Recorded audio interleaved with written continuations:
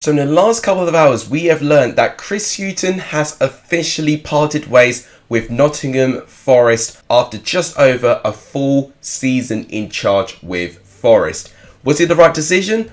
What are Forest going to do from here? Who should they bring in? These are all the questions we're going to answer in today's video. If you guys like what you see, please give the video a like. It does tremendously help the channel. Please hit that subscribe button if you want to see more championship content. It will be very appreciative if we can get to 800 subscribers as soon as we can.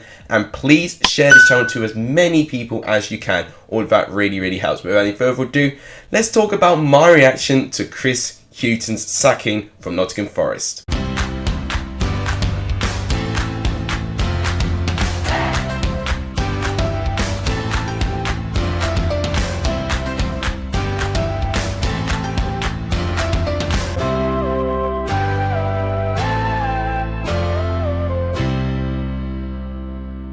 So it was revealed at 9 o'clock this morning, just over 3 hours ago, that Chris Hughton has relieved of his duties of Nottingham Forest manager. The club had released a statement, very brief, and this is what it needs to say.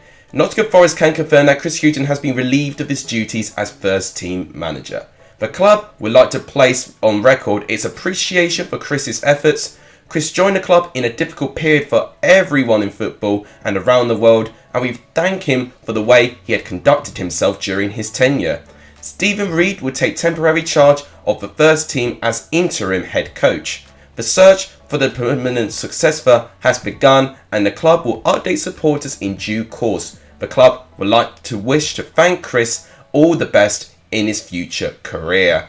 Now, what I can say with Chris Hughton, of course he did join in a very difficult time, but I want to show you about his win rate percentages in his previous managerial tenures. So I'm showing from when he was his first managerial proper job at Newcastle in 2010. So he had a win rate percentage of 55.7%, and that was actually the highest percentage. Since his other jobs, his win rate percentage has gone down quite substantially, but he has significantly managed more games for his other clubs. Birmingham, the win rate dropped a little bit to 41.9%. That was when Birmingham were relegated back down to the Championship and wanted an immediate return to the Premier League. Of course, that didn't quite work out. Then he joined Norwich and got them a good 2 seasons to the Premier League until he eventually was let go. Then he kind of had a bit of a revamp in his career, managed 215 games with Brighton and Hove Albion with a 14.9 win rate percentage, which of course got Brighton out of the Championship, and they're still a Premier League club to this day. And of course, more recently, he joined Nottingham Forest. 53 matches he was in charge in. But look at that. His lowest ever win rate percentage with 26.4%. To tell you how well he actually did with Nottingham Forest, what I'm showing you right here, right now, is the Championship form table since Chris Hughton came in. You've got to remember, right at the start of the season, 4 games in, Nottingham Forest were on 0 points. And they looked rooted in the bottom of the Championship. Chris Hughton came in within the first international break, and in the 42 games that he was in, he took Nottingham Forest in a form book in around 15th place in the table with 52 points. With all things considered, that is not too bad considering where Nottingham Forest were. They looked like they struggled to score goals. They just did not look like the same confident team that they were when they finished 7th place after Sabri Namucci the season beforehand. I think the expectation for this season was for Chris Hughton, with his previous tenures that I showed you, that he was going to take Nottingham Forest, into promotion contenders. He did that with Brighton. He didn't get promoted with Birmingham, but he did turn them into a contender for the Championship playoffs. And I think Nottingham Forest were expecting a really quick turnaround in form, and there was a big drop in terms of trying to get rid of the deadwood. A lot of people losing their contracts, a lot of people leaving for free, and a lot of loan deals going back to their permanent clubs as well. So it was very depleted, this squad, and Chris Hughton did what he could to try and get some of those loans back from last season. He did what he can to improve the score of the signings of Philip Zinchenko, of course, but unfortunately, I think the biggest intention that the board wanted to see was more goals and just an all-round better structure going on in the team. Last season, Chris Hughton's team was defensively very good, but they just lacked goals. But this season, they're not only not scoring enough goals, but they have kept no clean sheets under Chris Hughton. And following this, they have had 6 defeats out of 7 with only 1 point on the board, which was a 1-1 draw against Derby County, which they did fall behind for most of that game. So the table now doesn't lie that Nottingham Forest are a team really struggling, and they're already 4 points off safety with only 7 matches being played, which is not very encouraging for Nottingham Forest going forward. But the positivity of it is that they've got a long way to go still in the season. They had this really bad predicament last season when they were rooted in the bottom of the table. They have seen them in their own eyes, the turnaround that they can have with a new manager and a new identity. It's just a shame that Chris Hughton probably has had his reputation really damaged from this job. But I think taking this job in general is not easy. What you see right now is all the managers that Nottingham Forest have had in the last 10 years. So this is just this decade. And if you can see, there's roughly 20 different managers. So every single season we have seen a managerial change. I mean, look at the caliber of managers as well. They've had the likes of Steve McLaren, Steve Cottrell, they've had Alex McLeish, and they've had Stuart Pearce for a little bit, Mark Warburton for a little bit as well, and then of course Aita Karanka for a really big part of that season as well, Martin O'Neill for a bit, Sabri Namucci, and then of course Chris Hughton to today. Just look at the amount that they've turned around in the last 10 years in itself. You've got to remember this is only a period of 10 years. And I think the criticism that they're having with Marianakis, the Nottingham Forest owner, is that there's a lot of chop and changing going on. Very short-term vision rather than long-term vision. There's not been one season where I've seen him back a project. If he did back a project, he would have given Lamucci the likes of more time, but he would have given Karanka more time as well. But I think this is a bit different. Unfortunately with Hughton, he's got a squad that are just not performing under him. And this is what the squad consists of. Now, when you look at that squad, you don't see a squad that should be in rock bottom right now. You've got the likes of Zinkernagel, who was an integral part of Watford's promotion last season. Brennan Johnson, a very young upcoming player there. Lyle Taylor, Lewis Graben, experienced championship strikers. James Garner, who was one of their better players last year. Jody Asai Tutu, who did well with Cardiff before he got injured. João Carvalho, Cafu, Mighton, a good young player. Joe Lolly, experienced championship player. Colback, experienced in this level too. Ryan Yates, Carl Jenkinson, Max Lowe, a good signing they've got. Scott McKenna. And they've just got a really packed squad. And it looks like it's full of quality.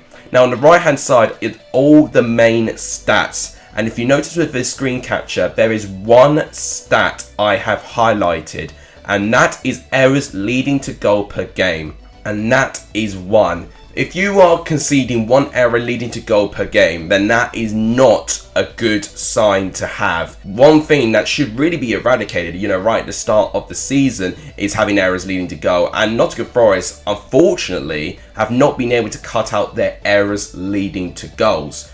They had 2 pretty much errors leading to goal last night when they played against Middlesbrough. Zinkernagel was dispossessed in the midfield, which led to Middlesbrough's first goal from Sporar. And then for the second goal, an awful touch by Ethan Horvath gave Onel Hernandez an empty net. And it's those mistakes that have really cost Nottingham Forest. But not only that, the fact they have not been able to hold a lead. There has been quite a few 2-1 defeats, and Chris Hughton has spoken about tiny margins being the reason why Nottingham Forest are in a really tough position now, which I do empathise for him about. They've not got the worst goal difference in the world, compared to the other teams as well. They've conceded 12 goals, which is definitely a lot less than the likes of Peterborough and Reading, who are a little bit higher than them in the table. But it's the goals. They've only scored 5 goals this season, which is not very encouraging whatsoever. And what's even more key about those leads as well, they took the lead against Coventry, lost 2-1. They took the lead against Cardiff, lost 2-1 as well.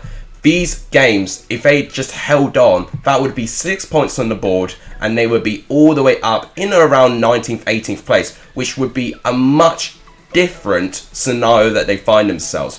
What they need is a manager that, if they can score first, that they can hold a lead and defend their lead. And they've not been able to do that, which has been very unlike Chris Hughton, because he's really good at defending those leads and really shutting teams down. So I think definitely maybe a new identity of manager is definitely what's going to be needed. Now, I've already said the criticism of Nottingham Forest being very, very complacent and, you know, being very short-term minded rather than long-term minded.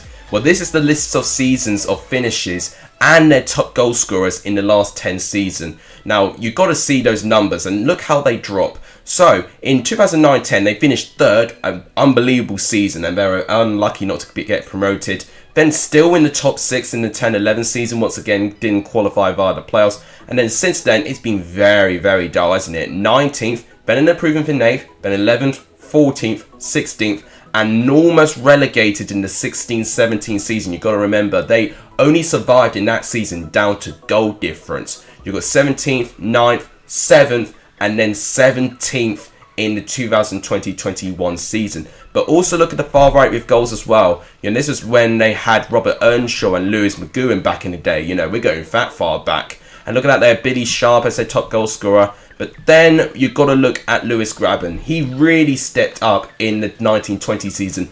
That season when Nottingham Forest were very close of cementing their top 6 places. That would have been the first time they would have been in the top 6 for nearly 10 years actually. But of course they didn't get so in the end. But Lewis Grabban's still the top goal scorer. But look at that. Only 7 goals scored compared to the 20 he had the season before. 17 he had the season before that. So those dramatic numbers changing is very, very worrying in my opinion. So either that Lewis Grabban needs to try and refine his form again, to gain some confidence back, or they need another striker who can actually score 15 goals consistently in the Championship. I think Nottingham Forest are very anxious for the fact that if they do not get this decision right, then they will get relegated. And you've got to remember the big teams we're seeing in League One nowadays. We're seeing Wigan, Bolton, Sunderland, Portsmouth, Ipswich, all of these big clubs in League One. So it means it doesn't matter how big your club is. Sheffield Wednesday being another club that's in League One right now. It really doesn't matter how big your club is. You can win European trophies. You can have a lot of fantastic history. It doesn't matter. League One does not discriminate. And you can get relegated if you don't play your cards right in the Championship season. So making the next permanent manager is so key for